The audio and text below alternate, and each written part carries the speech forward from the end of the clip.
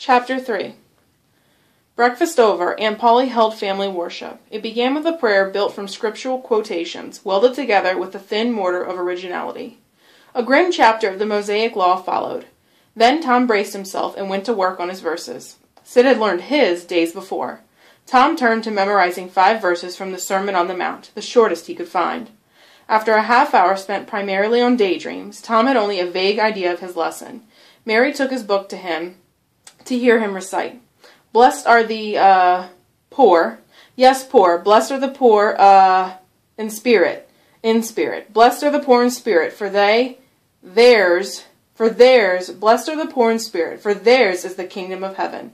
Blessed are they that mourn, for they, sh, I don't know what it is. Shall, for they shall mourn. Blessed are they that shall mourn, for they shall what? Why don't you tell me, Mary? What do you want to be so mean for? Oh, Tom, you poor thick-headed thing. You must go and learn it again. Don't be discouraged. You'll manage it, and if you do, I'll give you something nice. What, Mary? Never you mind. You know that if I say it's nice, it is nice. All right, I'll tackle it again. Under the double pressure of curiosity and potential gain, he recited with shining success. Mary gave him a brand new knife worth 12.5 cents. Tom was delighted. True, the knife wouldn't cut anything, but it was fancy, and there was grandeur in that. Tom started to scour the cupboard with it, and was planning to begin on the bureau when he was called to dress for Sunday school. Mary gave Tom a basin of water and piece of soap, and he went outside and set the basin on a little bench. He dipped the soap into the water and laid it down, turned up his sleeves, gently poured the water onto the ground, then entered the kitchen and carefully wiped his face on a towel. Mary removed the towel and said, "Now ain't you ashamed, Tom? Water won't hurt you." Tom was taken aback. The basin was refilled. This time he stood over it a while, gathering resolution, took a big breath, and began. When he re-entered the kitchen, both eyes shut and groping for the towel, a testimony of suds and water was dripping from his face. But when he emerged from the towel, he wasn't satisfactory because the clean territory stopped at his chin and jaws. Below, a dark expanse spread around his neck. Mary took him in hand. When she was done with him, his face lacked the distinction of different colors, and his soaked hair was nearly brushed, its short curls shaped into a dainty symmetry. In private, he smoothed out the curls with considerable labor and plastered his hair against his head because he considered curls effeminate. Mary got out his Sunday suit, which was called his other clothes. By that, you know the size of his wardrobe.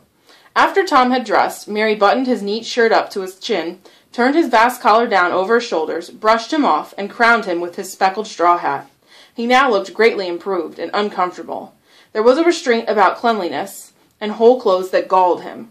He hoped that Mary would forget his shoes, but she brought them out and coated them with animal fat.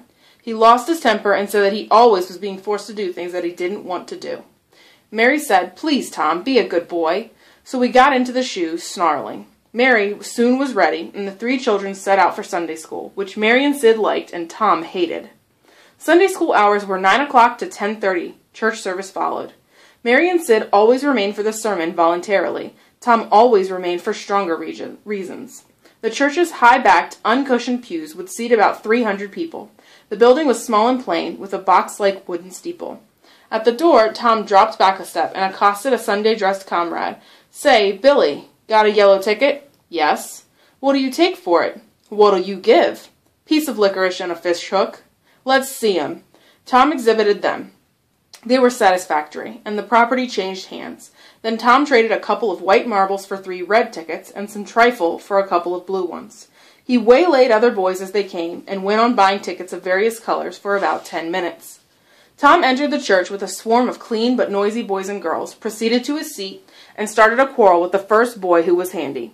The teacher, a grave elderly man, interfered, then turned his back a moment. Tom pulled the hair of a boy on the next bench, and appeared to be absorbed in his book when the boy turned around. Tom stuck a pin in another boy to hear him say, "Ouch!" and got a new rebuke from the teacher. Tom's class members were all alike, restless, noisy, and troublesome. When the time came for them to recite their lessons, not one of them knew his verses perfectly. All had to be prompted. However, they struggled through. For every 2 verses that they recited, each student got a small blue ticket with a scriptural passage on it. 10 blue tickets could be exchanged for 1 red ticket, 10 red tickets could be exchanged for 1 yellow, and 1 and for 10 yellow tickets, a pupil received a Bible worth 40 cents. How many of my readers would have the industry to memorize 2,000 verses, each for the fanciest Bible? Yet, through 2 years of patient work, Mary had acquired 2 Bibles this way. Billy Richer had earned 4 or 5. He once recited 3,000 verses without stopping, but the strain on his brain was too great. From that day on, he barely was smarter than an idiot. Only the older pupils managed to keep their tickets and stick to their tedious work long enough to receive a Bible, presented in a public ceremony by the superintendent. So the delivery of one of these prizes was rare and noteworthy. For one day, the successful pupil was so great and celebrated that all other students felt fresh ambition, which often lasted a couple of weeks. Tom's mind never got hunger for a Bible, but it did hunger for the glory that came with it. In due course, the superintendent, Henry Walters, stood in front of the pulpit with a closed hymn book in his hand and his forefinger inserted between its pages, and commanded attention. When a Sunday school superintendent makes their customary little speech, a hymn book in the hand is as necessary as a sheet of music in the hand of a solo singer, although why is a mystery. Neither the superintendent nor the singer ever refers to what they're holding. The superintendent was a slim man of 35, with a sandy goatee and short sandy hair. He wore a stiff standing collar, whose upper edge almost reached his ears, and whose sharp points curved forward near the corners of his mouth. The collar was a fence that compelled him to look straight ahead and turn his whole body when a side view was required. His chin was propped on a spreading cravat as broad and long as a dollar bill, with fringed edges. The toes of his boots turned sharply up, like a sleigh's runners, an effect that young men patiently and laboriously produce by sitting with their toes pressed against a wall for hours at a time. Walters was very earnest. He held sacred things in such reverence that his Sunday school voice had an intonation wholly absent on weekdays. He began, "Now, children, I want you all to sit up as straight as you can and give me your full attention for a minute or 2. That's it. That's the way good little boys and girls should behave. I see one little girl who is looking out of the window. I'm afraid she thinks I am out there somewhere, perhaps up in one of the trees making a speech to the little birds." Appreciative laughter. "I want to tell you how good it makes me feel to see so many bright, clean little faces assembled in a place like this, learning to do right and be good," and so forth and so on.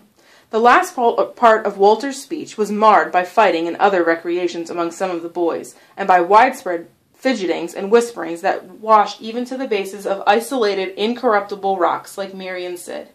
The conclusion of Walter's speech was received with a burst of silent gratitude.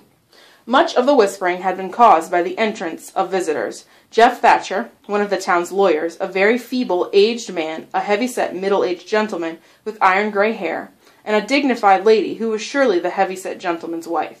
The lady was leading a child. Tom had been restless and conscience-smitten. He could not bring himself to meet Amy Lawrence's loving gaze, but when he saw this small newcomer, his soul was ablaze with bliss. The next moment he was showing off with all his might, cuffing boys, pulling hair, making faces, using every art that seemed likely to fascinate a girl and win her applause. The visitors were given seats of honor. As soon as Walters finished his speech, he introduced them to the school. The middle-aged man turned out to be a county judge, the grandest person these children had ever looked upon. And he was from Constantinople, a whole 12 miles away, so he had traveled and seen the world. His eyes had looked upon the county courthouse, which was said to have a tin roof. This was the great Judge Thatcher, Jeff Thatcher's brother. Walters fell to showing off, giving orders, delivering judgments, and discharging directions. The librarian, too, showed off, running hither and thither, his arms full of books, with all of the fuss that insect authority delights in. The women teachers showed off by bending sweetly over pupils whom they previously boxed, lifting warning fingers at bad little boys, and lovingly patting good ones. The men teachers showed off with scoldings and other displays of authority. Most of the teachers of both sexes found that they needed to do things up at the library by the pulpit, needed to do them 2 or 3 times. The little girls showed off in various ways, and the little boys showed off with such diligence that the air was thick with paper wads and scufflings. Judge Thatcher sat and beamed a majestic, judicial smile on everyone present, warming himself in the sun of his own grandeur. Walters needed only one more thing to make his ecstasy complete, a chance to deliver a Bible prize. Several pupils had a few yellow tickets, but none had enough. He would have given worlds to have Billy Richer back with a sound mind. At this moment, when hope was dead, Tom Sawyer came forward with 9 yellow tickets, 9 red ones, and 10 blue ones, and demanded a Bible. This was a thunderbolt out of a clear sky. Walters never had expected to give a Bible to this pupil. But there was no getting around it. Therefore, Tom was elevated to place with the judge and other visitors. And Walters announced the great news. It was the most stunning surprise of the decade. The other boys were consumed with envy. Those who had traded tickets to Tom suffered the bitterest pangs. Walters bestowed the prize with as much gushing as he could manage under the circumstances. The poor fellow knew that there was some mystery here that could not bear the light. Amy Lawrence was proud and glad, and she tried to make Tom see it in her face, but he wouldn't look at her. She started to suspect, and a glance that followed Tom's eyes to the new girl told her worlds. Tears came, and she hated everyone, Tom most of all, she thought. Tom was introduced to the judge, but he couldn't speak and scarcely could breathe, partly because of the judge's awful greatness, partly because the judge was her father. The judge put his hand on Tom's head, called Tom a fine little man, and asked him what his name was. Tom stammered, "Tom, no, Thomas." "That's it, but you've another name, I dare say." "Tell the gentleman your other name, Thomas," Walter said, "and say sir." "Thomas Sawyer, sir." "That's a good boy. 2,000 verses is a great many. You never will be sorry for the trouble you took to learn them. Some day you'll be a great and good man, Thomas. Then you'll look back and say, it's all owing to the precious Sunday school privileges of my boyhood. To my dear teachers and to the good superintendent who encouraged me and gave me a beautiful Bible. That is what you will say, Thomas. Now tell me, and this lady, some of the things you've learned. No doubt you know the names of the 12 disciples. Tell us the names of the first 2. Tom tugged at a buttonhole. He blushed, and his eyes fell. Walters thought, the boy can't answer the simplest question. Why did the judge ask him? Yet Walters felt obliged to say, answer the gentleman, Thomas. Don't be afraid. Tom remained silent. I know you'll tell me, the lady said. The names of the first 2 disciples were David and Goliath. Let us charitably draw a curtain over the rest of the scene.